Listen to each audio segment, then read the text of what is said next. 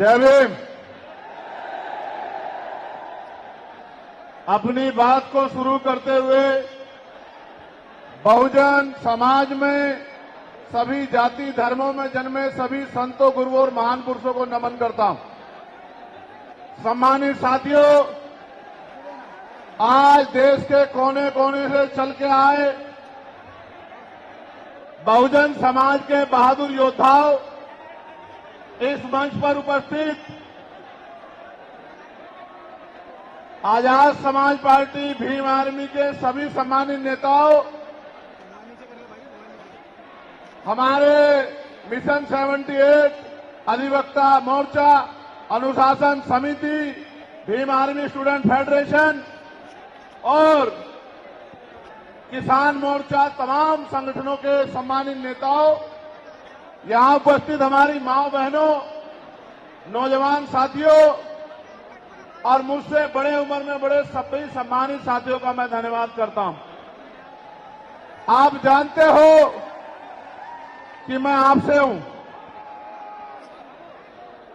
आप जानते हो कि मैं जो कुछ भी हूं आपसे हूं। मैं कभी आपसे बड़ा नहीं हो सकता। आप मेरे लिए हमेशा वीआईपी हैं।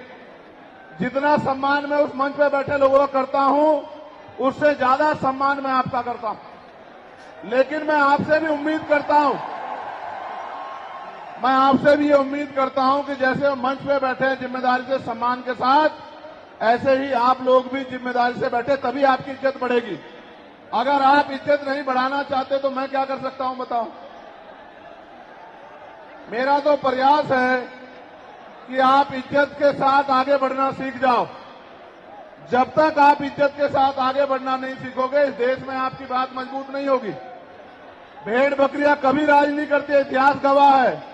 राज योद्धा करते हैं। राजा का आचरण भी राजाओं जैसा होना चाहिए। राजा गुलाटी मारते नहीं घूमते हैं। राजा राजा होते हैं। राजाओं का आचरण जब तक आप में नहीं आएगा, तब तक आप राजा बनने की तरफ नहीं आगे बढ़ोगे।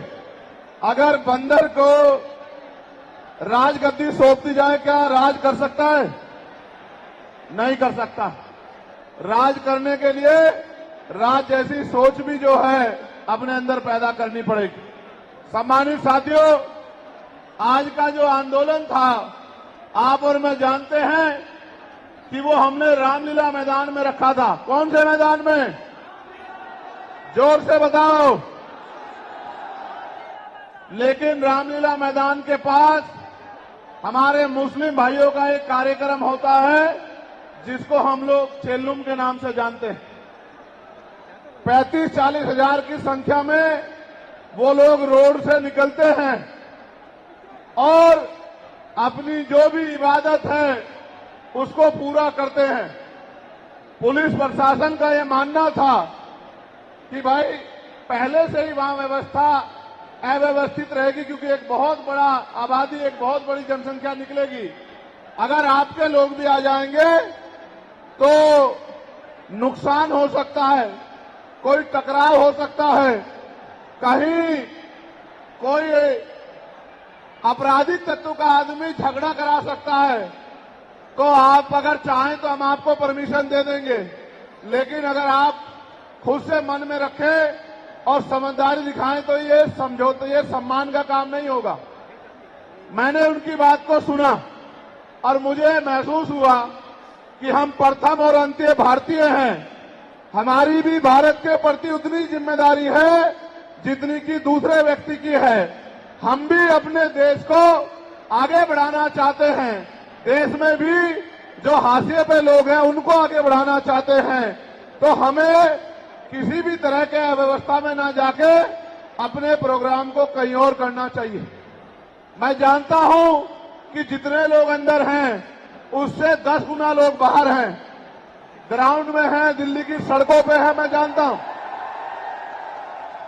लेकिन आप महसूस करो, लाखों लोगों के पहुंचने के बाद भी एक मुझे देख के तो ये लोग उठ जाते हैं, वरना ऐसा नहीं है। अगर एक चींटी के बच्चे को भी कोई बे कह रहा है, ये देखो आप हमारी ताकत। ये है भीम आर्मी आजाद समाज पार्टी का बल। लेकिन मुझे आपसे बहुत सारी बातें करनी है। मैं अभी दूसरे देश में होके आया। मैं जब दूसरे देश में गया, मुझे उम्मीद नहीं थी कि इतना प्यार और सम्मान मिलेगा। आप ये देखो, मैं ऑस्ट्रिया गया तो लगभग 10 देश के लोग आए मिलने के लिए। जब मैं इटली गया तो कम से कम 40 देशों के लोग मिलने के लिए आए। हर आदमी ये कहता था कि भैया मैं अपने राष्ट्र की तरफ से, अपने देश की तरफ से, वहां रहने वाले बहुजन समाज के लोगों की तरफ से पैगाम लेके आया हूं कि भाई चंद्रशेखर आजाद हमारे स्टेट में भी आए, हमारी कंट्री में भी पहुंचे और आके अपनी बात को रखें। मैंने उनको कहा कि मैं आपके बीच भविष्य में आऊंगा, लेकिन अभी 11 तारीख को हमारी रैली है। लाखों लाखों की संख्या में हमारे लोग वहां पहुंचेंगे, तो मुझे पहले उनके बीच पहुंचना है, उसके बाद मैं समय निकाल के आऊंगा। उन्होंने मेरी बात को माना और 3 दिन का कार्यक्रम करके मैं फिर आपके बीच आ गया। जब यहां पहुंचा तो पता लगा परमिशन और इस तरह की व्यवस्थाएं खराब हो रही हैं। फिर मैं धन्यवाद दूंगा हमारी दिल्ली की टीम का, भाई हिमांशु जी का, भाई महेश जी का, उनके सभी साथियों का, जैन साहब का, कसाना जी का, जिन्होंने, समीर भाई का, जिन्होंने दिन रात एक कर दिया और इस परमिशन को करा के सीपी सिंह जी का कितना बढ़िया प्रोग्राम आप सब लोगों के लिए आयोजित किया। एक बार दोनों हाथ से तालियां बजा के दिल्ली की टीम का स्वागत करें। जब मैं दिल्ली का धन्यवाद कर रहा हूं तो देश भर में जहां से सबसे बड़ी ताकत हमें मिली है, मैं उत्तर प्रदेश की भी पूरी टीम का धन्यवाद करना चाहता हूं, क्योंकि हमारे हर एक आंदोलन में उत्तर प्रदेश अग्रणी रहता है। धन के आधार पे, संख्या के आधार पे उत्तर प्रदेश ने अपनी ताकत का एहसास पूरे देश को कराया है। तो मैं उत्तर प्रदेश के प्रदेश अध्यक्ष का, वहां हमारे राष्ट्रीय कमेटी के सभी साथियों का, जो राष्ट्रीय कोर कमेटी के लोग रहते हैं, प्रदेश के पदाधिकारियों का, जिला विधानसभा के संगठनों का, हमारे भीम आर्मी के प्रदेश अध्यक्ष जी का, सभी साथियों का भी बहुत बहुत धन्यवाद करता हूं। एक बार इनके लिए भी जोरदार ताली हो जाए। उसके बाद मैं और आप सब लोग मिलकर स्वागत करेंगे नगीना लोकसभा के लोगों का, जिन्होंने एक एक वोट डालकर आपकी ताकत को बनाने का काम किया। दोनों हाथ उठा के ताली बजा के स्वागत करें नगीना के लोगों का। नगीना के लोगों का धन्यवाद कर दूं? बताओ कर दूं या नहीं कर दूं? बताओ नगीना के लोगों की इज्जत करते हो नहीं करते हो? बताओ नगीना के लोगों का सम्मान करोगे नहीं करोगे? बताओ नगीना तुम्हारे दिल में है या नहीं है? बताओ। तो मैं नगीना के साथियों का भी बहुत बहुत धन्यवाद करता हूं। अब आज के जो आयोजक कमेटी है, मैं उनका भी धन्यवाद करता हूं। अब मैं आपसे आग्रह करूंगा कि मुझे आपसे बहुत जरूरी विषय पर बात करनी है। अगर आप बोलते रहेंगे या कोई भी शोर आएगा तो मेरी बात आप लोगों तक नहीं पहुंच पाएगी। इसलिए मैं आपसे आग्रह करूंगा कि आप शांत हो जाएं। ये जगह कम है, मैं जानता हूं, इस वजह से बार बार अव्यवस्था हो रही है। अगली बार हम जब राष्ट्रीय अधिवेशन करेंगे तो वो इससे बड़े वाले मैदान में, जहां 50,000 लोग बैठ सकते हैं, जो इसके बराबर में है, 15 मार्च को अगला कार्यक्रम हम लोग वहीं करेंगे। सम्मानित साथियों, आज मेरे कंधों पे, आजाद समाज पार्टी के कंधों पे, भीम आर्मी के कंधों पे, बहुजन समाज के लोगों के कंधों पे जिम्मेदारी है कि जो एकता बहुजन समाज में हमारे महापुरुष बना के गए, वो एकता टूटनी नहीं चाहिए किसी भी कीमत पर। ये हमारे लोगों की जिम्मेदारी है। हमारे पढ़े लिखे समाज की, हमारे कर्मचारियों की, हमारे अधिकारियों की, हमारे नेताओं की, हमारे विधानसभा सेक्टर बूथ से लेकर जिले, मंडल, प्रदेश और राष्ट्रीय पदाधिकारी की जिम्मेदारी है कि जो एकता हमारी बनी है वो टूट नहीं चाहिए। दुश्मन किसी भी सूरत में कामयाब नहीं होना चाहिए, इस बात का हमें ध्यान रखना। अब ये रैली करने की जरूरत क्यों पड़ी, ये आवाज उठाने की जरूरत क्यों पड़ी, इसके पीछे भी कई कारण हैं। और मैं अपने नेताओं से ये आग्रह करूंगा कि वो आज के बाद कमर कस ले और गांठ बांध ले कि जो प्रयास भाजपा आरएसएस के लोगों ने किया है हमारी एकता को कमजोर करने का, किसी भी कीमत पे वो एकता कमजोर नहीं होनी चाहिए। इस बारे में आप लोगों को ध्यान रखना। इस देश में वो लोग भी शासन सत्ता में हैं जिनकी आबादी लोकतंत्र में मुट्ठी भर है, जिनकी आबादी 85% है, वो इसी साजिशों के कारण एकजुट न हो पाने के कारण इस देश में गुलामों जैसी जिंदगी जीने के लिए मजबूर हैं। मैं बात कर रहा हूं शेड्यूल कास्ट के लोगों की, मैं बात कर रहा हूं शेड्यूल ट्राइब के लोगों की, मैं बात कर रहा हूं अन्य पिछड़े वर्ग के लोगों की, मैं बात कर रहा हूं मुस्लिम की, जैन की, सिख की, ईसाई की, बौद्ध की, तमाम उन लोगों की जिनको आज भारत में सम्मान की जिंदगी नहीं मिल पा रही। मैं बात कर रहा हूं महिलाओं की, मैं बात कर रहा हूं किसानों की, मैं बात कर रहा हूं मजदूरों की, मैं बात कर रहा हूं नौजवानों की। मैं पहले जो विषय है उस पर अपनी बात रखूंगा, फिर मुझे अपने दिल की बात आपको कहनी है। पहला जो विषय हमारा है जिस पे हम लोग यहाँ इकट्ठा हुए हैं, उस पे हम लोग क्या करने वाले हैं, सरकार से हमारी क्या मांग है, सबसे पहले उस पे मैं अपनी बात रखूंगा। हमारी पहली मांग ये है कि 1931 के बाद इस देश में सभी जाति धर्मों के लोगों की जनगणना नहीं हुई है। जब तक जनगणना नहीं होगी तो ये नहीं पता लगेगा कि schedule caste, schedule tribe, backward के लोगों को कितनी उनकी आबादी और कितना सम्मान उनको मिल रहा है, कितनी हिस्सेदारी उनको मिल रही है। तो केंद्र सरकार जल्द से जल्द जातिगत जनगणना कराए। जब तक जातिगत जनगणना नहीं होगी तब तक सबसे पहले स्पष्ट ही नहीं होगा जो आज षड्यंत्र किया गया है और कुछ लोगों को जानबूझ के उनके मुंह से कहलवाया जा रहा है कि इस जाति का हिस्सा ये लोग खा रहे हैं, इस जाति का हिस्सा ये लोग खा रहे हैं, इस जाति का हिस्सा ये लोग खा रहे हैं। मैं चंद्रशेखर आजाद आपको वचन देके कहता हूं, अपने बहुजन समाज के सामने जातिवार जनगणना कराइए, उसके आंकड़े सार्वजनिक कराइए। अगर अंतिम पायदान पर रहने वाले जिनको डीएससी के भाई कहा गया है, जो हमारा परिवार है, अगर उनका 1% आरक्षण भी पॉइंट के बराबर भी कमजोर पड़ रहा होगा तो मैं वचन देता हूं कि इससे बड़ी रैली उनके समर्थन में हम लोग करेंगे। मैं फिर आपसे कह रहा हूं, आप याद करो, जब से इस देश में आरक्षण व्यवस्था लागू हुई है, इस आरक्षण को खत्म करने के लिए चाहे वो कांग्रेस पार्टी रही हो या भारतीय जनता पार्टी रही हो या और कोई मनुवादी दल रहा हो, इन्होंने एडी चोटी के जोर लगाए।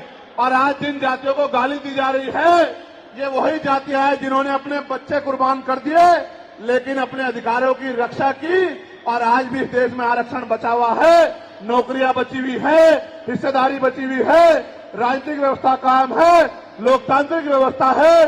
तो धन्यवाद करना चाहिए उन जातियों का जिन्होंने अपने प्राणों का बलिदान दे दिया, लाठी डंडे खाए, गोलियां खाई, लेकिन अपने अधिकारों को छीनने नहीं दिया। सब लोगों को उनका धन्यवाद करना चाहिए।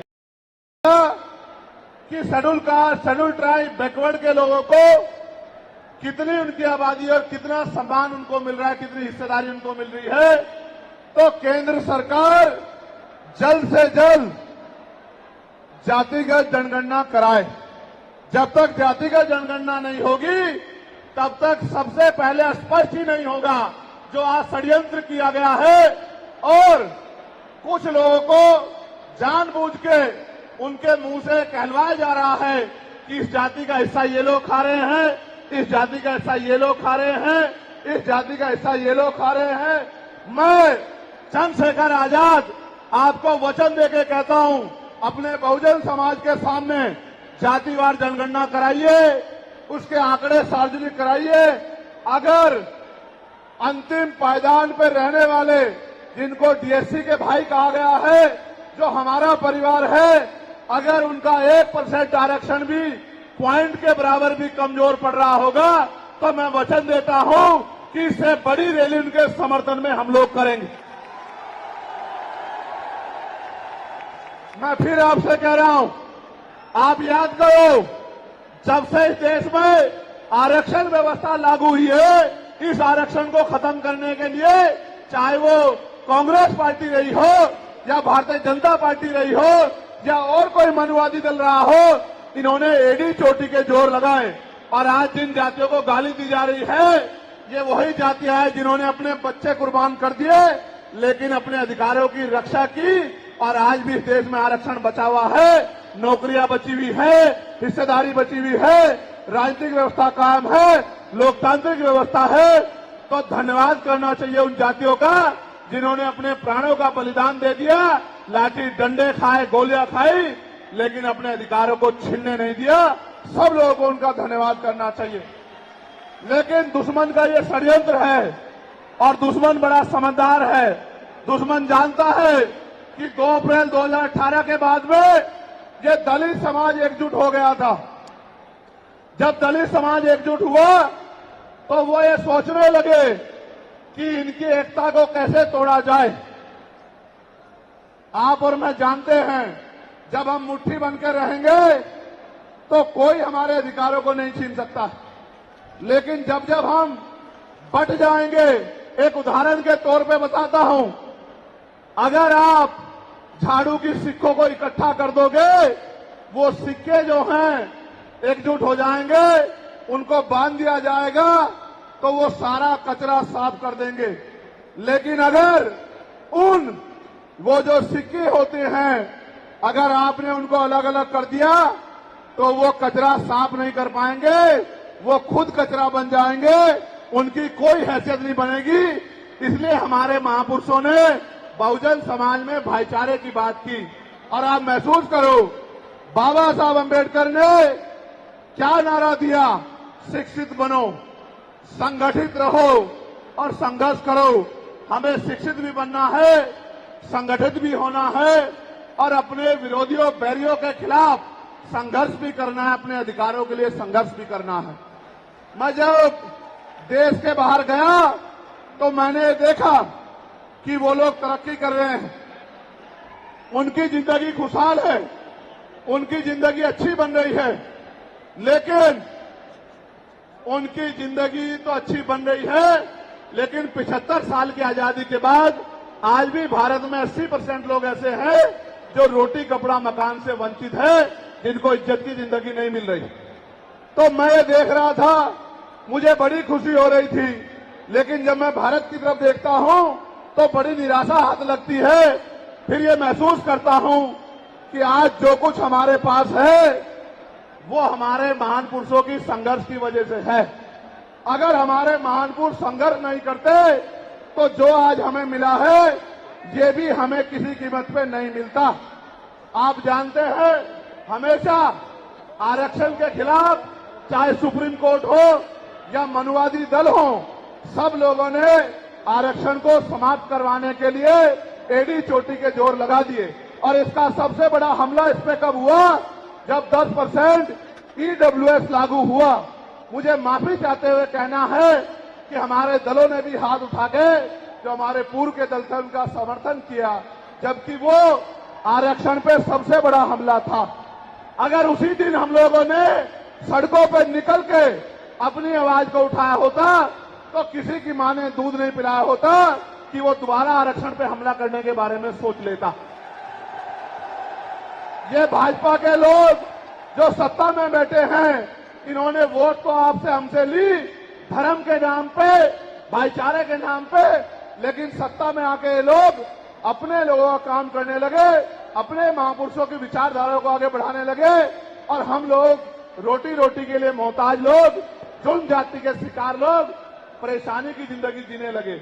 मैं चाहता हूं कि जो जिंदगी हमारे लोग ऑस्ट्रेलिया में जी रहे हैं, ऑस्ट्रिया में जी रहे हैं, इटली में जी रहे हैं, यूरोप में जी रहे हैं, पूरे अमेरिका में जी रहे हैं, कनाडा में जी रहे हैं, हॉलैंड में जी रहे हैं, नीदरलैंड में जी रहे हैं, ऐसी जिंदगी की व्यवस्था भारत में भी हो। लेकिन ये तभी संभव है जब राजनीतिक शक्ति हमारे पास हो। अगर राजनीतिक शक्ति भाजपा और कांग्रेस के पास रहेगी तो हम लोग इज्जत की जिंदगी इस देश में नहीं जी सकते। इस बात को आप लोग मेरी ध्यान रखना। ये मैं नहीं कह रहा हूं, ये बाबा साहब अंबेडकर ने कहा, political power is the master की। राजनीतिक सत्ता वो चाबी है जो आपकी सारी परेशानियों का हल कर देगी। और राजनीतिक सत्ता जिनके पास है उनके लोग हजारों हजारों करोड़ रुपए लेके भाग जाते। उनके लोग उनके पूंजीपतियों के लाखों लाखों करोड़ रुपए माफ करते जाते। लेकिन अगर आपका 10,000 रुपए का बिल भी बाकी हो तो 10,000 रुपए का बिल भी अगर आप नहीं दोगे तो मुकदमा लिख के आपको जेल भेजने का काम सरकार कर देगी और आपके घर की कुर्की भी करा देगी। आप किसानों का, मजदूरों का हाल देख लो, आप नौजवानों का हाल देख लो इस देश में क्या है। तो हमारी सबसे बड़ी मांग ये है, आप समर्थन करके बताना कि आप इस पर सहमत हो या नहीं हो। बताओ, जातिवार जनगणना होनी चाहिए नहीं होनी चाहिए? एक सुर में बताओ, होनी चाहिए नहीं होनी चाहिए? साथ साथ इस देश में जातिवार जनगणना के साथ साथ जितने भी सरकारी संस्थान हैं, चाहे वो जुडिशरी हो जहां से हमारे खिलाफ लगातार फैसले आते हैं, चाहे वो आर्मी हो, चाहे वो और कोई सरकारी संस्था हो, सब लोग सब जगह पे आरक्षण व्यवस्था लागू होनी चाहिए। बताओ, होनी चाहिए नहीं होनी चाहिए? दोनों हाथ उठा के बताओ, होनी चाहिए नहीं होनी चाहिए? बहुत अच्छी बात। साथ साथ हमारी ये भी मांग है जो मैंने पार्लियामेंट में भी उठाई कि निजी क्षेत्रों में आप इस बात को समझो गौर करके, इस देश में 2% सरकारी नौकरियां, कितने परसेंट? जोर से बताओ। 98% प्राइवेट सेक्टर है। कुछ ऑर्गेनाइज है, कुछ अनऑर्गेनाइज है। आप ये देखो, 2% में तो बंटवारा है, लेकिन 98% पे पुरानी सत्ता वाले लोग और आज की सत्ता वाले लोग सांप की तरह कुंडली मार के बैठे हैं। ना वहां SC/ST के लोगों का कोई प्रतिनिधित्व है, ना OBC के लोगों का है, ना ही मुस्लिम लोगों का है। तो हमारी मांग ये भी है कि अब समय आ गया है कि निजी क्षेत्रों में भी आरक्षण की व्यवस्था होनी चाहिए। होनी चाहिए नहीं होनी चाहिए? बताओ, दोनों हाथ उठा के बताओ, जोर से बताओ, होनी चाहिए नहीं होनी चाहिए? Very good, very good. साथ साथ हमारी ये मांग है कि प्रमोशन में रिजर्वेशन भी इस देश में लागू होना चाहिए। शेड्यूल कास्ट, शेड्यूल ट्राइब और बैकवर्ड के लोगों के लिए प्रमोशन में रिजर्वेशन भी सरकारी संस्थानों में लागू होना चाहिए। लागू होना चाहिए, लागू होना चाहिए? बताओ, जोर से बताओ। हमारी ये भी मांग है कि मंडल कमीशन की बाकी सिफारिशें भी लागू होनी चाहिए, क्योंकि जब तक मंडल कमीशन की बाकी सिफारिशें लागू नहीं होगी तब तक पिछड़े वर्ग के लोगों को बराबर की हिस्सेदारी और सम्मान नहीं मिलेगी। हमारी ये भी मांग है, सरकार कह रही है कि क्रीमी लेयर लागू करना चाहिए और जज साहब भी कह रहे हैं क्रीमी लेयर लागू करना चाहिए। मैंने पार्लियामेंट में पूछा कि भारत में कितने शेड्यूल कास्ट के लोग, शेड्यूल ट्राइब के लोग अरबपति बन गए, इसका डाटा आपको सार्वजनिक करना चाहिए, आर्थिक आंकड़े सार्वजनिक करने चाहिए। तब हमें पता लगेगा कि क्रीमी लेयर की स्थिति में हम आए या नहीं आए। आपको शायद जानकारी नहीं है, मैं आपको बताता हूं, आज भी बहुत सारे पदों को NFS करके, नोट फाउंड सुटेबल करके हमारे योग्य लोगों को नौकरी से निकालने का काम ये सरकारें करती है, क्योंकि कलम की ताकत उनके हाथ में होती है। जिनकी राज सत्ता पे कब्जा होता है, हमारे लोगों का राज सत्ता पे कब्जा नहीं है, इसलिए सारी योजनाएं हमारे खिलाफ बनती हैं। हमारी ये भी मांग है, जिस पर मैं गौर कर रहा हूं, सरकार ने कहा, मैं आज इस पर भी बोलूंगा। आज अगर मैं इस पर नहीं बोलूंगा तो हमारे लोगों को पता ही नहीं लगेगा देश में क्या हो रहा है। सरकार ने कहा कि वर्गीकरण लागू होना चाहिए। मैंने आपको बताया कि बातें तो बहुत लोग करते हैं, लेकिन जब आरक्षण पे हमला होता है, जब और किसी तरीके से आरक्षण को खत्म किया जाता है, जब गांव-गांव जाके लोगों को समझाने का प्रयास किया जाता है, तब जिन जातियों को आज सरकार के इशारे पे गाली दी जा रही है, उनको ही उन्हीं की जिम्मेदारी मान के लोग घर में बैठ जाते हैं कि भाई यही आरक्षण की रक्षा करेंगे, यही अधिकारों की रक्षा करेंगे।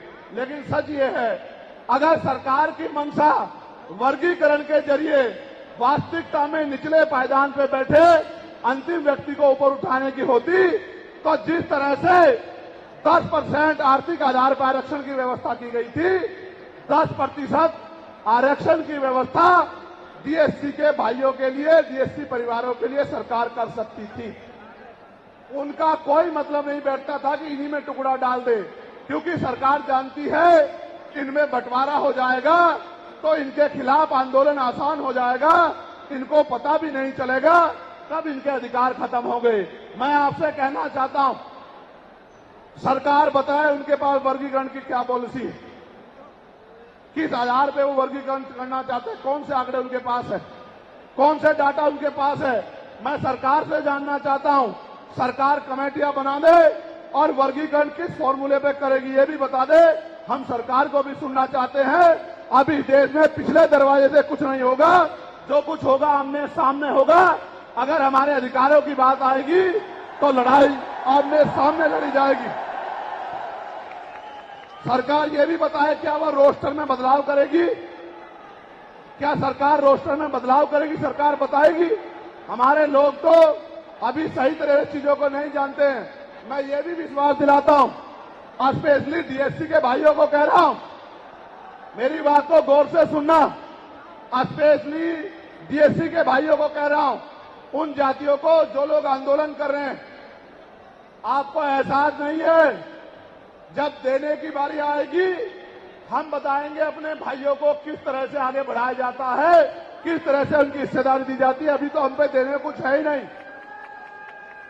मैं आपको विश्वास दिला कहता हूं, डीएससी के जो हमारे भाई हैं, वाल्मीकि समाज के भाई हों, धानुक समाज के भाई हों और बागड़ी समाज के भाई हों और किसी सैसी समाज के भाई हों, मैं चंद्रशेखर आजाद वचन देके कहता हूं बहुजन समाज के सामने, ये हमारी आपसी बातचीत है। आप दुश्मन के इशारों पे काम मत करो, हम लोग बैठ के अपनी लड़ाई को निपटा लेंगे। हम लोग अपने आप बैठ के चर्चा करके आपके साथ बैठ के, अगर कहीं हमें कुछ डर भी है, आप चीजों को नहीं समझ पा रहे हो या हम लोग समझा नहीं पा रहे, अगर आपको अधिकार मिलता है तो बताओ, हमारे किसी व्यक्ति को तकलीफ है क्या? बताओ, अगर हमारे डीएससी के भाइयों को अधिकार मिलता, बताओ, हाथ उठा के बताओ, तकलीफ है क्या हमें किसी को? ये इतना बड़ा जन समूह गवाही दे रहा है, अगर डीएससी के भाइयों को कुछ मिलता है तो हमें तकलीफ नहीं है। लेकिन हम इस सरकार की मंशा को जानते हैं, हम इस सरकार को जानते हैं, इनके चरित्र को जानते हैं। ये देना कुछ नहीं चाहती, ये तो इसको अटका के रखना चाहती हैं। आप ये देख लेना, इन्हीं के कुछ लोग पहले सुप्रीम कोर्ट चले जाएंगे। जैसे उदाहरण के तौर पे गौर करो, 69,000 शिक्षक भर्ती में सरकार ने 20,000 पदों पे घोटाला किया। हम लोगों ने आंदोलन किया तो सरकार ने 6,800 नियुक्ति की लिस्ट जारी की। फिर अपने लोगों को हाईकोर्ट भेज के उस पर रोक लगवा दी। फिर हाईकोर्ट पे फिर हमारे लोग लड़े तो उन्होंने कहा दोबारा लिस्ट जारी करो, इनको अधिकार मिलना चाहिए। तो वोट लेने के लिए हमारे लोगों के सामने कहा कि भाई मिलना चाहिए, हम समर्थन करते हैं, लेकिन अपने लोगों को सुप्रीम कोर्ट भेज दिया और सुप्रीम कोर्ट में इनके बैठे जजों ने फिर से उस पर रोक लगा दी। इसलिए हमें इनकी नीयत पे शक होता है। मुझे डर ये भी है, अगर ये अधिकार स्टेट गवर्नमेंट को दे दिए गए तो ये कॉन्स्टिट्यूशन का तो बहुत बड़ा वॉयलेशन होगा ही, 340 का, 341 का, लेकिन AB का। लेकिन सबसे बड़ा खतरा ये है कि कल जो सरकार सत्ता में आएगी वो किसी भी अन्य जाति के लोगों को शेड्यूल कास्ट में उनको शामिल करके आपके पूरे अधिकार को छीन-बीन कर सकती है। अगर ये पावर स्टेट को मिल गई हमें सरकार की मंशा पे सिर्फ शक है। हमने ये भी मांग किया, आपको याद होगा, यूपी के साथी हमारे जानते हैं, हमने 2 साल पहले, पौने 2 साल पहले मांग की थी कि जो 52% ओबीसी हैं उनको 27% रिजर्वेशन सुप्रीम कोर्ट के लोगों ने दिया, आबादी से आधा।